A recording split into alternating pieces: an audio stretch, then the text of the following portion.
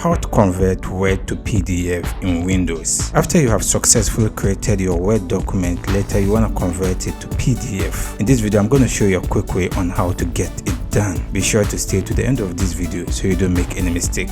In your Word document, navigate to the top left corner where you see your file option and click on it. On the left tab, you will have a drop of options. Continue to click on Save As. Then with this selected, make sure to tap on Browse. So this will allow you an option to particularly locate where you want to save this file. In this case, I'm going to locate Documents. Then with the file name, I'm going to give it something like Mo1. And with the document type, this is very important. So this will give you the option to save it as PDF. In this case, I'm going to select something like PDF. So with this selected, you will see the file name is Mo1 and it's saved as PDF. After that, I will continue to click on Save.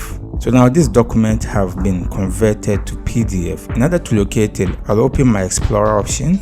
Then on the left tab, I will locate the document options. Then among the list of options here, continue to locate Mo1. This is the Word document. I just saved it as PDF. So as you can notice that it's opening as a PDF file. If you have any question, you can leave it in the comment section. I'll do my best to attend to you. If you want to convert this PDF back to Word document, check out the next video. To see many content like this, consider subscribing and give this video a like. See you in the next video.